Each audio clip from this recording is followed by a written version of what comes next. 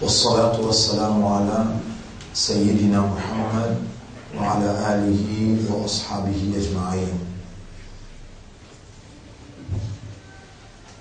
Nous, reconnaissance intérieure, veut dire par raisonnement, par compréhension et par conscience.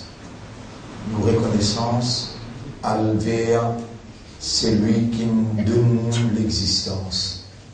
Et c'est lui tout seul qui mérite de nous plus profonde reconnaissance qui est possible. Et nos remerciements, après qu'il nous reconnaît ce faveur immense, après qu'il nous reconnaît qu'il s'y tient à moindre erreur dans connecter nous membres l'écho à l'intérieur de nous maman, alors nous sommes handicapés. Même pas un handicap mental, ni un trou dans les cœurs, ni un erreur dans les yeux. Ça c'est Rahma. Ça c'est Rahma. Et pour aujourd'hui, au homework, pour ça, 16e.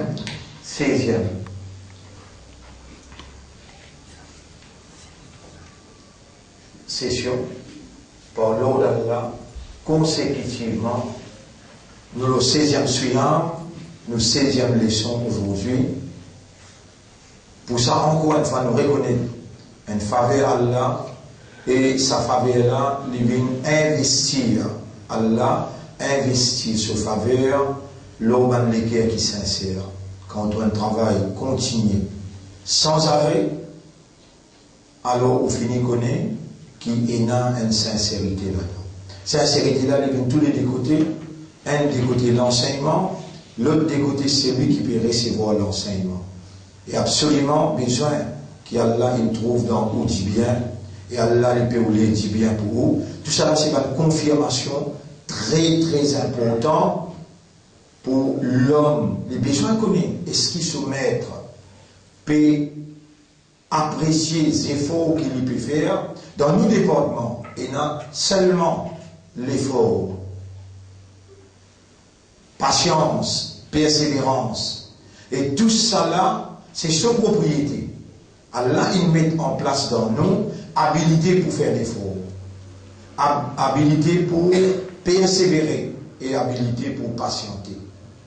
En signe de reconnaissance à Allah, nous avons un homework pour aujourd'hui, les trouve dans Surah 4, Surah 4, verset 84, et Surah 4, même verset 113.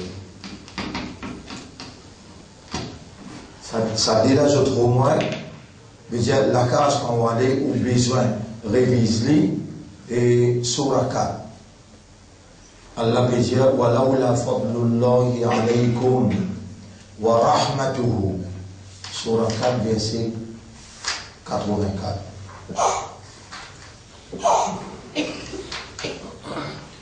Surah 4, verset 84 et Surah 4, verset 113.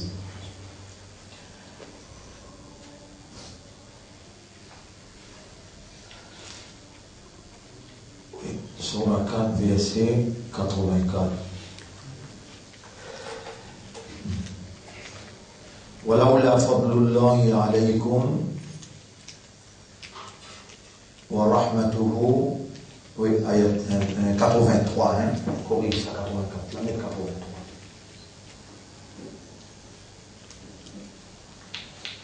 ولولا فضل الله عليكم ورحمته لاتبعتم الشيطان إلا قليلا. Et si parti Allah se faveur les autres et sur Rahma, je tout y poursuivre Shaitan, excepté quelques-uns qui pas qui vous tombent dans la trappe Shaitan.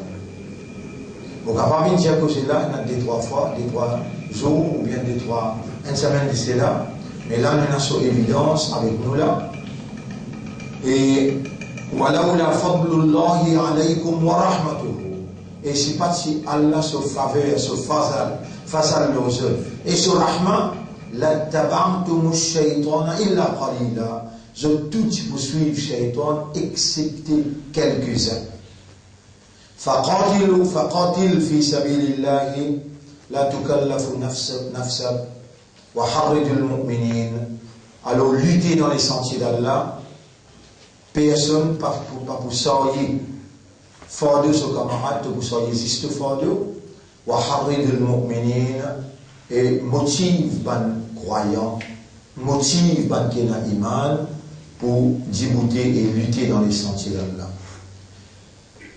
Et cela dit, dans Surah 4 même, ayat numéro 113, Surah 4, ayat numéro 113, Rabbul Alamin dit encore, وَلَوْلَا فَضْلُ اللَّهِ عَلَيْكَ وَرَحْمَتُهُ لَهَمَّتْ طَائِفَةٌ مِّنْهُمْ أَنْ يُضِلُّوكَ. Si n'a pas dit Allah se rahmat le toi, Allah se faveur le toi, ton adversaire qui est capable de faire un plan contre toi et tu n'as pas capable de défendre toi. Mais Allah les compte dans une pensée, dans une guerre, et il pose lui-même comme ton protecteur, il est obligé qu'on ait un qui peut comploter contre toi. Iblis, plus grand comploteur, si parti Allah sur rahmat avec toi, tu tombes dans le piège d'Iblis. Et Iblis, l'État fini fait ce complot, qu'il fait ça dans l'ennemi de l'équerre pour attaquer toi. Si pas si Allah sur Rahman, l'autre toi, tu peux finir comploter contre toi, pour anéantir toi, ou bien pour égarer toi depuis Allah sur chemin. Alors c'est là-dessus, nous arrivons hier, maintenant, le moment crucial dans l'observation qui Allah subhanahu wa ta'ala il commande nous dans le Coran quand il dit فَلْيَنْظُرِ الْإِنسَانُ qui insan observer أَفَرَأَيْتُمْ مَا تُمْنُونَ. Est-ce qu'il te va finir sa goutte de l'eau qui te était là? أَأَنْتُمْ تَخْلُقُونَهُ. Est-ce que c'est toi qui le crée? Comme ça même dans le premier ayat qui Allah s'est révélé, ce numéro deuxième ayat il dit اقرأ وربك الأكرم لي l'autonome اقرأ باسم ربك الذي خلق لي par le nom de ton maître خلق الإنسان من علق. Les fins créés humains depuis une goutte de l'eau qui vient un caillou descend. Ça caillou descend là, un jour, des jours, 3 jours là. Nous trouvons nous 3 jours dans le ventre nous maman appelle ça alaq. Comment appelez alaq? Alaq veut dire l'embryon. Alaq veut dire l'embryon. Et nous trouvons là, quelle manière Allah in fait ovule, veut dire l'œuf femelle, spermatozoïde, 23 chromosomes dans l'écho mâle, il finit unir avec 23 chromosomes dans l'écho femelle. Là, c'est là, 3 jours, 4e jour, nous pouvons être là. Ça mélange là. Ça aussi, nous disons dans le commencement. Ça mélange là. Ça aussi, nous disons dans le commencement. Dans aucun livre dans l'univers, n'a pas donné autant d'explications, de détails précis, exacts, parfaits. La création, l'homme, dans votre maman. Dans Surah Al-Insan, 76. Ayat numéro 2, Allah dit Inna khalaqna al-insana min nutfatin amshajin. Nous faisons créer l'humain depuis une goutte d'eau mélangée. Nous faisons vivre ce qu'il était, capable de raisonner, capable de comprendre et capable de conscient. En dedans aussi, nous, divinité qui est en activité, nous avons une capacité comme un Dieu qui est en activité dans la sagesse, la perfection, l'exactitude, sans aucun hasard, pas finissant aucun erreur, en dehors aussi, nous pouvons faire des connaître qui nous fait un homme, un humain, capable d'entendre, capable de trouver, tout simplement pour nous mettre toi à l'épreuve. Qui ça n'a parmi toi, parmi eux qui meilleur dans l'action. Alors, mon frère, ma sœur, nous saluons les autres pour nous, 16e session. Et moi, je veux pour témoigner, formation, cerveau, les guerres, les yeux, les oreilles, les doigts, la main et les pieds. Bismillah. Là, les guerres, la même chose. Jamais plus le cerveau.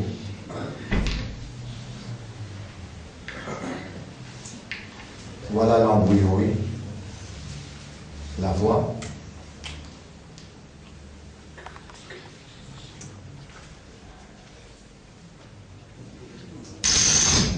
Car les cellules ne restent pas sans supervision. Quelques semaines après que le spermatozoïde et l'ovule se sont rencontrés, les cellules commencent à se différencier, obéissant à un ordre secret qui leur est apparemment donné. Obéissant à un ordre secret, pour nous, il n'est pas secret. Obéissant à un ordre secret, pour nous, il n'est pas secret. C'est la divinité d'Allah, l'unique Dieu qui est dans une supervision absolue. Quand il dit Yudabbirul Amra, dans chapitre 32, verset numéro 5, Allah contrôle toute l'affaire, minas sama'i ila al-ard, depuis les ciels jusqu'à la terre. Et comment nous dit? Qui est décrit comme un miracle par tous les scientifiques. Les cellules inconscientes ont entrepris de construire les organes internes, le squelette et le cerveau.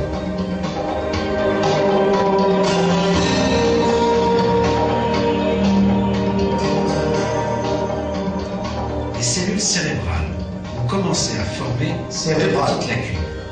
Ces lacunes que vous êtes en train de voir, prises par un microscope électronique, est le premier développement du cerveau. Les cellules cérébrales se multiplient rapidement ici, et comme résultat de ce développement, le bébé va posséder quelques 10 milliards de cellules cérébrales. Pourquoi on en somme là, cette fois-là? 10 milliards. Ça veut dire néa. 10 milliards. Vous connaissez qu'à faire un milliard? Les mots des voix pour faire un rappel. 1000 millions fait 1 milliard. 1000 millions de cellules qui viennent dans forme nerf, forme ou cerveau. À cela bien connecté, interconnecté, connecté avec 10, connecté pour dire l'armée ou les pieds ou viser tout travail là. 100 trillions connexions. Combien? 100 trillions. Allez vous. Et tout cerveau. La quatrième jour. Nous sommes maintenant en train de voir la formation des cellules cérébrales.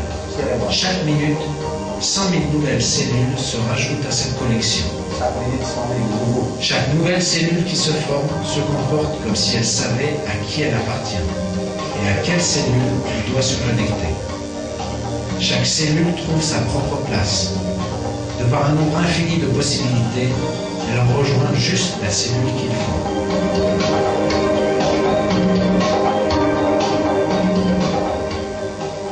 Il y a 100 trillions de connexions dans le cerveau humain. 100 trillions. Pour que les cellules cérébrales soient capables de faire ces trillions de connexions correctement, elles doivent faire preuve d'une intelligence très supérieure à celle qu'ont les humains.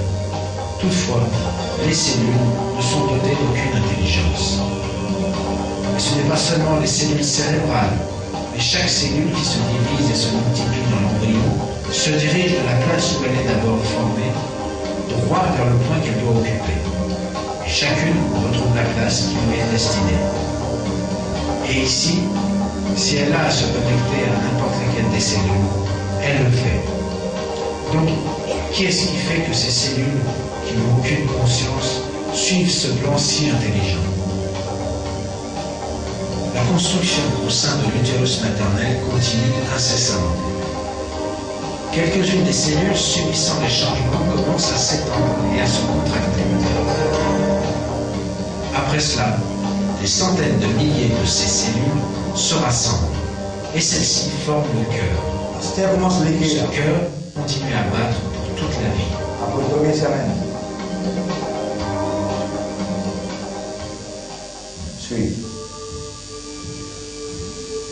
Dans un petit moment, nous allons voir un réel miracle.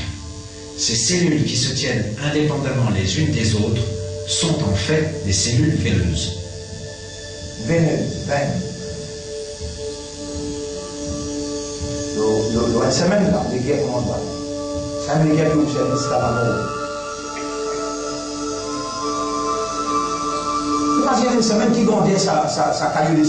Puis ces cellules, soudain, commencent à se joindre les unes aux autres et forment des connexions entre elles. Et celles-ci forment des veines. Regardons cette magnifique scène encore une fois.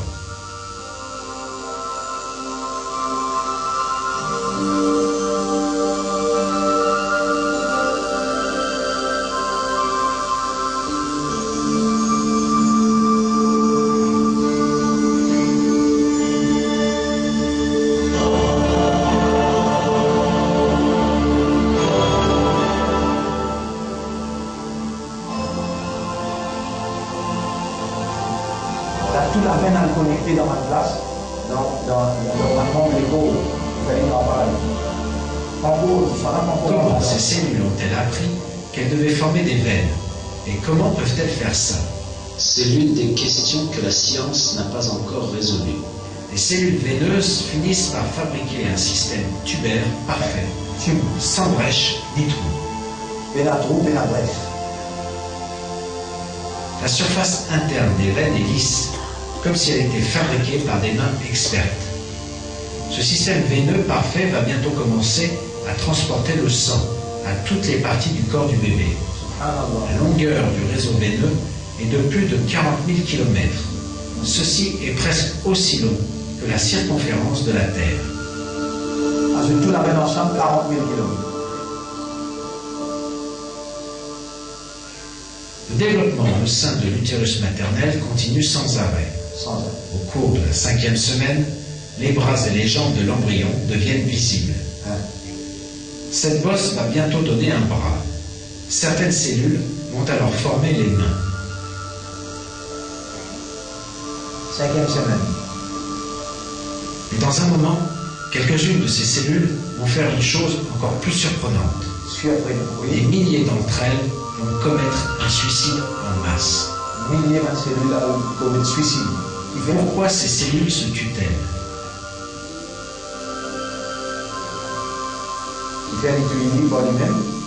Les cellules mourantes accomplissent une fonction cruciale. Les corps de ces cellules, qui décèdent le long d'une ligne bien spécifique, sont nécessaires pour la formation des doigts. Les cellules restantes commencent à manger les cellules mortes et des espaces vides apparaissent dans ces régions. Ces espaces vides sont les écarts entre les doigts. Mais pourquoi ces cellules font-elles un tel sacrifice? Comment se fait-il qu'une cellule se tue pour que le bébé puisse avoir des doigts en fin de compte? Comment la cellule peut-elle savoir que sa mort peut servir à un tel dessein? Tout cela montre encore une fois que toutes les cellules qui constituent l'être humain sont dirigées par Dieu. Par Dieu, Allah.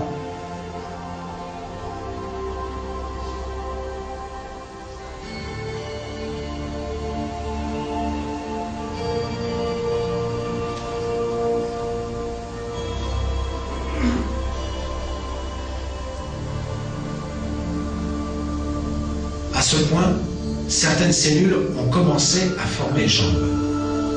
Les cellules ne peuvent pas savoir que l'embryon va avoir besoin de marcher dans le monde extérieur, mais elles fabriquent quand même les jambes et les pieds pour l'embryon.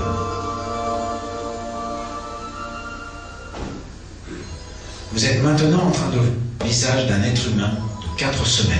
4 semaines là. À ce stade, 2 trous se développent de chaque côté de la tête de l'embryon. C'est difficile à croire, mais les yeux vont être construits dans ces trous.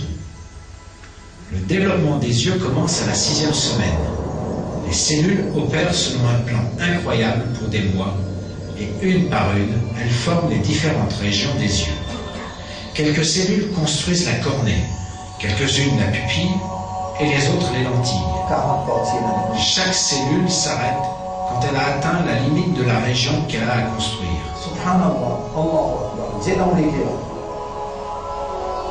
Et l'œil, qui consiste en 40 composants différents, est construit d'une manière impeccable.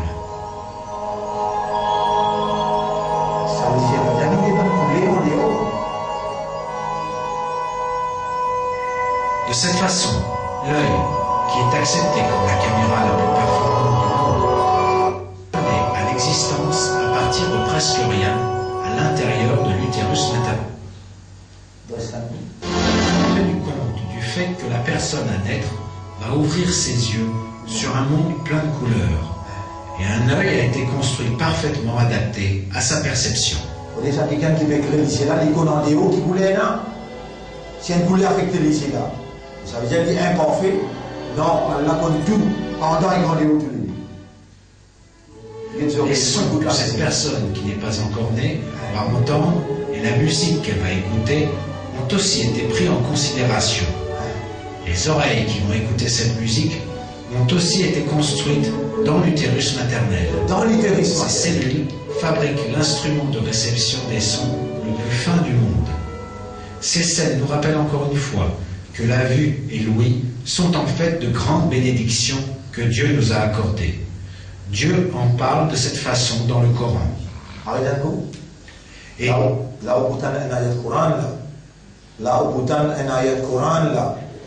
Allah fait au rappel comment il range les yeux avec vos oreilles dans ventre maman le 4e, 5e semaine. Allez. Dieu vous a fait sortir des ventres de vos mères dénués de tout savoir, et il vous a donné l'ouïe, les yeux et les cœurs afin que vous soyez reconnaissants. Subhanallah. Allahumma ja'alna laka dhakara wa ja'alna laka shakara.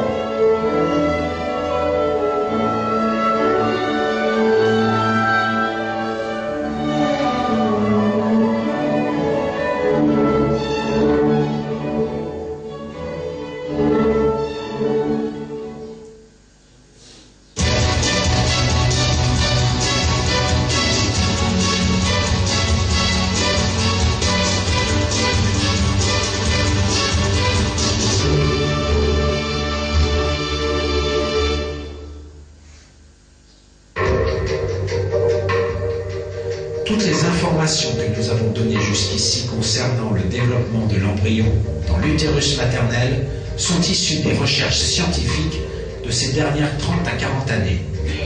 Et ces nouvelles informations ont permis de saisir de nouveaux miracles du Coran.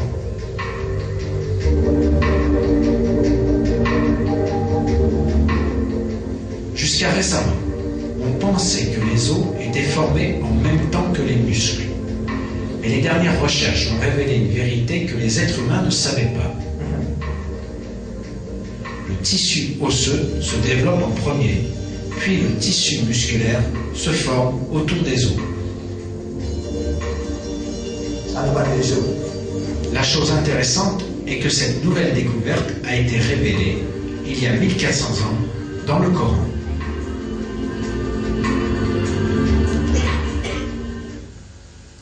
Nous avons ensuite fait de la goutte un caillot, et fait du caillot une masse, et fait de la masse des os, puis avons revêtu les os de chair.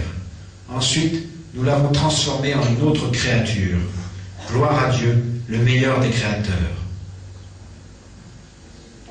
Surah Mu'minun, ayat numéro 13, 14, 15.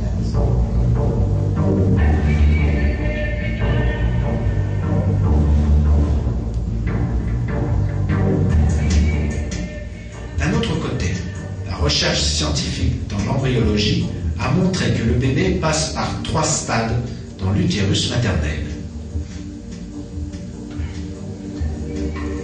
Ce fait a été décrit de la façon suivante dans un livre d'embryologie appelé Embryologie humaine de base.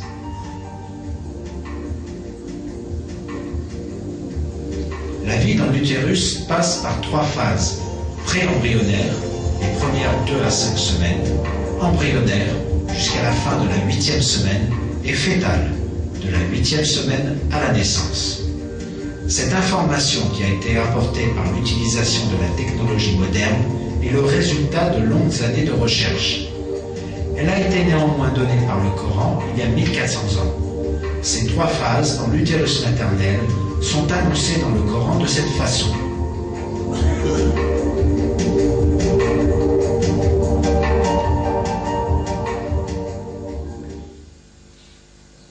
Il vous a créé stade après stade dans les ventres de vos mères dans 3 ténèbres.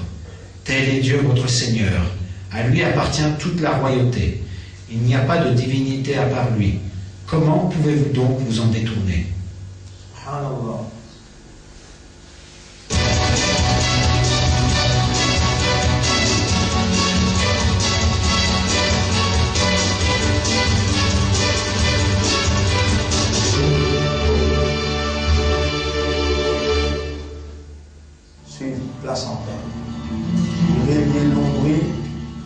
L'instrument que vous pouvez voir maintenant à l'écran est un appareil médical qui possède quelques-unes des technologies les plus performantes du monde. C'est un respirateur artificiel auquel sont reliés les gens qui sont en unité de soins intensifs. Mais tout cet engin de haute technologie n'est rien en comparaison avec un autre appareil biotechnologique beaucoup plus développé.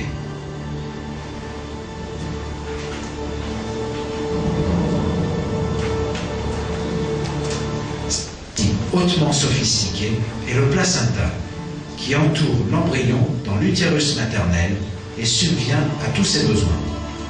Le placenta est comme un appareil d'hémodialyse, un système cœur-poumon et un foie artificiel. Il accomplit toutes ses fonctions en même temps. C'est un merveilleux instrument qui permet à la maman et au bébé de vivre. Les cellules qui constituent le placenta distinguent les particules de nourriture des millions de molécules dans le sang maternel et leur permettent d'atteindre le bébé. Une autre fonction du placenta est de protéger l'embryon. Les cellules de défense dans le corps maternel affluent vers l'utérus pour attaquer l'embryon naissant.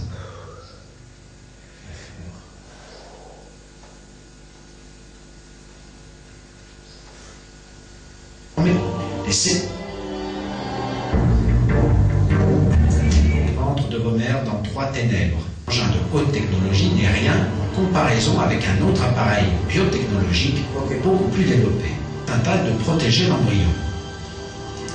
Les cellules de défense dans le corps maternel affluent vers l'utérus pour attaquer l'embryon naissant. Mais les cellules de la couche la plus en dehors du placenta forment une sorte de filtre entre les veines maternelles et l'embryon. Elles permettent aux nutriments de passer, mais pas aux cellules immunitaires.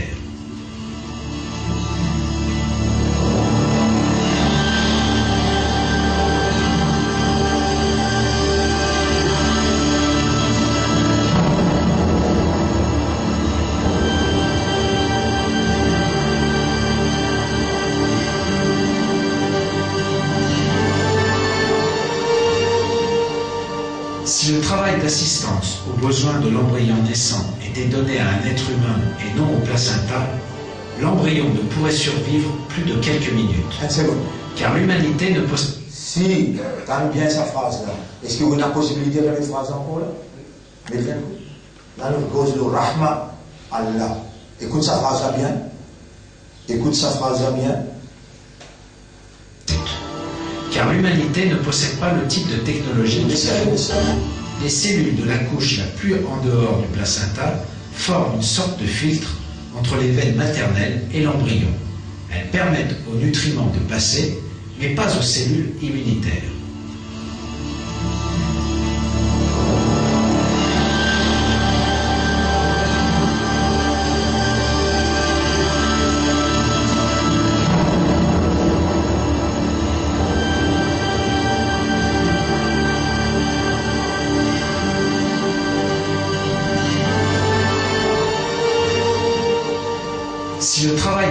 assistance aux besoins de l'embryon naissant et Écoute, ça dédié va à bien. l'être humain et non au placenta, l'embryon ne pourrait survivre plus de quelques minutes. Car l'humanité ne possède pas le type de technologie qu'il faut pour calculer les besoins changeants de l'embryon et d'y subvenir le cas échéant. L'humanité ne possède aucun appareil qui est capable de protéger l'embryon. Un enfant qui peut venir là, si tu quittes ça dans la main humaine, l'humanité tout entière, tu peux capable de garder les quelques minutes. Ça, on peut trouver, un qui peut trouver là, qui lit la science, qui filme ça, il n'est pas trouvé. Si vous êtes l'ennemi ou un adversaire, si vous êtes l'ennemi, si vous êtes l'ennemi ou un adversaire qui n'a fait sorcellerie, il n'a fait longanisme, il n'a pas un djinn, ça djinn là consomme ça l'embryon là l'immense. Est-ce que vous êtes capable de Allah sur Rahman à l'intérieur de votre maman apporte la perfection avec qui il peut supervise formation cerveau, formation des cœurs, formation les yeux, les oreilles et la main, sur les doigts. C'est tout simplement manifestation Allah sur Rahman dans Raham al-Mar'a. Raham veut dire l'utérus. L'utérus veut dire place dans trois noirs-dés que ces enfants-là peuvent former depuis premier, deuxième, troisième jour. Pas capable d'imaginer ce grandeur qu'il y était dans sa troisième jour-là. Là-dedans, peut mettre le cerveau, le quatrième semaine, peut mettre les cœurs, les yeux, les oreilles. Et là, placenta, il y a un système de défense, d'immunité pour protéger ces enfants-là de cette formation. Si tu laisses ça dans la main humaine, fais-le. 3-4 minutes seulement, l'embryon reste vivant. Mais il laisse ça dans la main, Rahmat Allah, le contrôle d'Allah. Il n'y a aucune affaire pitié, non rien là. Parce qu'ils n'ont pas encore connaissance. Ça qui voulait ou comprend. Il y a seulement la grâce. Il y a seulement la volonté. Et pour qu'il la volonté d'Allah réalisée, Allah a besoin et a la divinité. Bonne capacité qui est un bon Dieu unique possédé qui permet ça qu'il lui voulait arriver. Allah il a envie où venir, Allah où venir. Allah il a envie dans les cœurs il a iman, zoti ou un iman dar. Allah fin oulé qui ou un ummat pour ce Rasoul sallallahu alayhi wa sallam, Allah ou un ummat pour ce Rasoul, Allah fin oulé permet ou réalise ce qu'il dit, falyanzur l'insanu, qui insan observé mimma khuliq avec qui il crée. Sa rahma qui est à l'intérieur de votre maman, alors qui en dehors, ou faire face avec une multitude de tentations, séductions, d'attaques shaitan, là-dedans, Allah peut immunise, l'attaque peut préserver l'iman, peut préserver l'islam, Allah peut fortifier à travers ce qu'il peut trouver, par sa faveur, Allah peut manifester son rahman au bout. Et ce qui se me demande pour nous relire localement, ça vous dérange?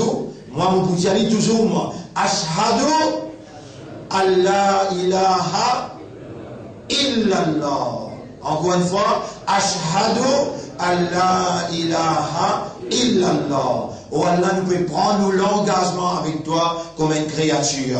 Nous pouvons faire tous nos efforts pour nous obéir à toi avec raisonnement, avec compréhension. C'est là-dedans qu'il nous trouvait pour alimenter nos systèmes de raisonnement, nos systèmes de compréhension. Oh Allah, permette-nous de prendre l'engagement avec toi pour ton kalam en tant que musulmans croyants, ummat to Rasoul, sa Rasoul qui te fait envoyer le Coran, l'Oli, dans Mahi Ramadan, nous pouvons reconnaître ta faveur, nous pouvons reconnaître ton rahma, et par raisonnement, par compréhension, ça qui toi, tu peux faire nous raisonner, tu peux faire nous comprendre, ou nous mettre, nous pouvons prendre l'engagement avec toi pour sortir amanat to kalam. To kalam qui nous trouver, il réalise la vérité depuis d'enfant de maman, et c'est ça kalam là, sa rahma là, ta divinité, ta volonté qui peut préserver nous comme un islam, un imandar, dans Ramadan 2016, à aujourd'hui nous le 16e session. Un dernier bout encore? Le seul moyen de haute technologie suffisamment sophistiqué pour mener à bien cette fonction est le placenta. Ce cordon permet de relier le bébé au corps maternel.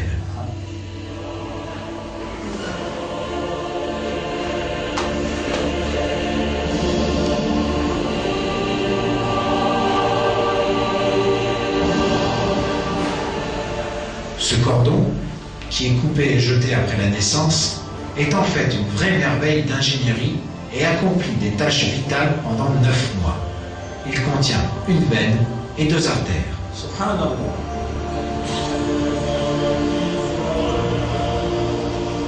La veine apporte la nourriture et l'oxygène à l'embryon. Grâce à cela, l'embryon ne se noie pas, même s'il vit dans un environnement rempli de liquide et que ses poumons sont pleins d'eau. Il ne meurt pas, même si son système digestif n'a pas encore été construit et qu'il ne peut manger. Ces 2 besoins vitaux sont fournis à l'embryon par le placenta.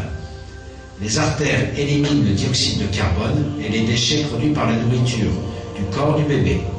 Ni la mère ni l'embryon qui se développe dans son utérus ne sont conscients de ces systèmes et processus.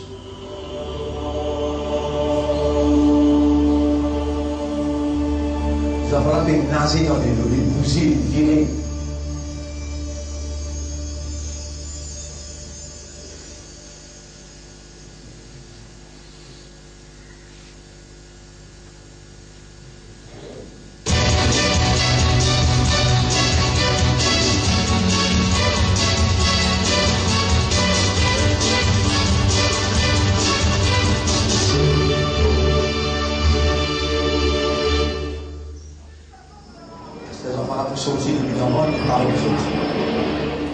Au fur et à mesure que les mois passent, le bébé dans l'utérus maternel prend forme et grandit.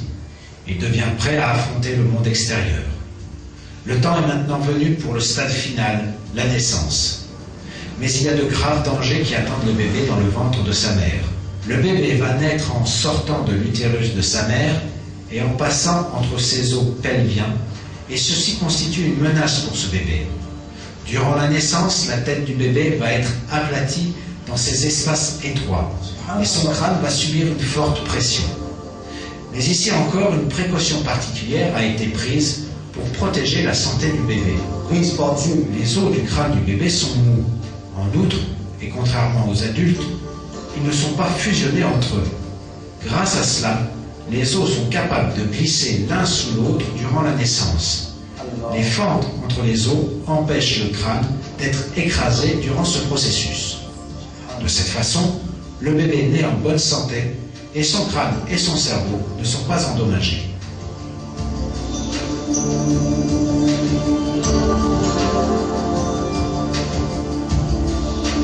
Après une semaine, elle a soudé et une dur.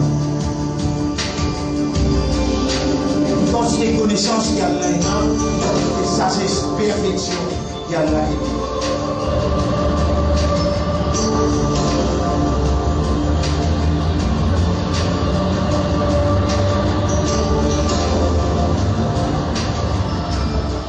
Dans les mois qui suivent, son crâne va se souder et le bébé va mener une vie en bonne santé. Les stades du développement qui ont été relatés tout au long de ce film sont arrivés à tout être humain de ce monde. Chacun a été lancé dans l'utérus de sa mère en tant que spermatozoïde, qui a été rejoint par l'ovule grâce aux conditions spécialement créées là-bas. Et puis la vie a commencé en tant qu'une seule cellule. Même avant d'avoir la moindre idée de leur existence, Dieu a donné à leur corps la forme et a créé un être humain normal à partir d'une seule cellule.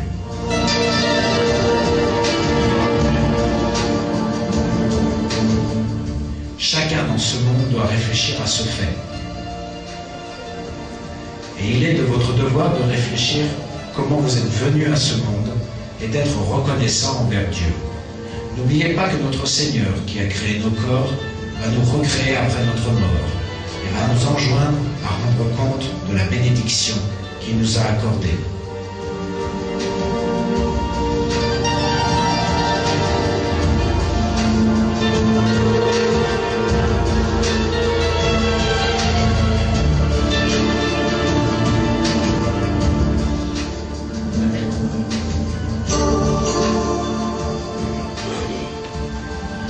Ceci est très facile pour lui. Ceux qui oublient leur propre création et renie la vie de l'au-delà se trompent lourdement. Dieu parle de ces gens dans le Coran.